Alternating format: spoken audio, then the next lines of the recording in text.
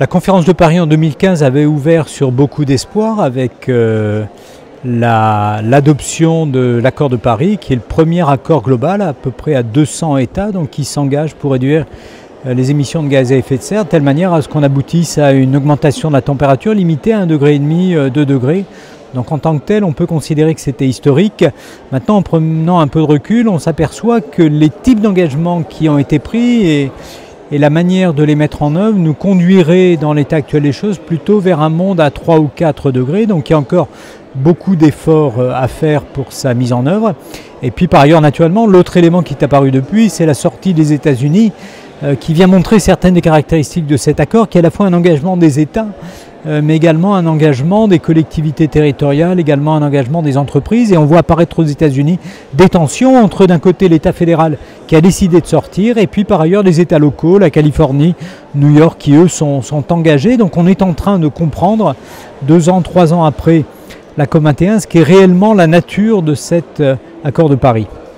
Alors, le prix relatif des énergies vertes, tout dépend des types d'énergie dont nous parlons. Certaines sont encore très chères, d'autres, et c'est en particulier le cas du photovoltaïque, ont beaucoup baissé et suivent une espèce de loi économique qui ressemble à celle du numérique et de l'informatique, avec un effondrement des coûts. Donc le photovoltaïque, si on parvenait à l'avenir à le combiner avec du stockage et avec une baisse du coût du stockage, permettent d'envisager à l'horizon de la décennie 2020-2030 des modifications de système assez significatives, et notamment au sein des pays qui à l'heure actuelle ont des accès assez limités à l'électricité. On peut penser naturellement aux pays africains, sur le 1,2 milliard d'humains qui n'ont pas d'accès à l'électricité. 2 tiers d'entre eux à peu près vivent à l'heure actuelle en Afrique, et donc il y a un enjeu très considérable à l'effondrement du coût de certains des renouvelables et en particulier du photovoltaïque, et à la capacité à développer des systèmes nouveaux assez largement locaux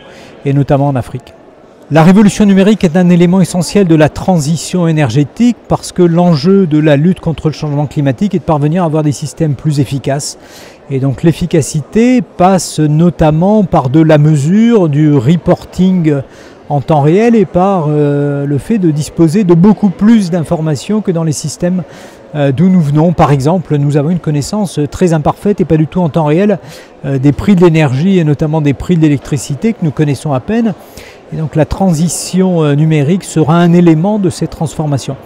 Les autres éléments qui vont conduire dans le même sens, c'est le fait qu'on introduit de plus en plus dans les systèmes énergétiques, et en particulier dans les systèmes électriques, des énergies qui sont des énergies intermittentes, qui ne produisent pas tout le temps de l'électricité. C'est notamment, pour des raisons évidentes, le cas du photovoltaïque et le cas de l'éolien.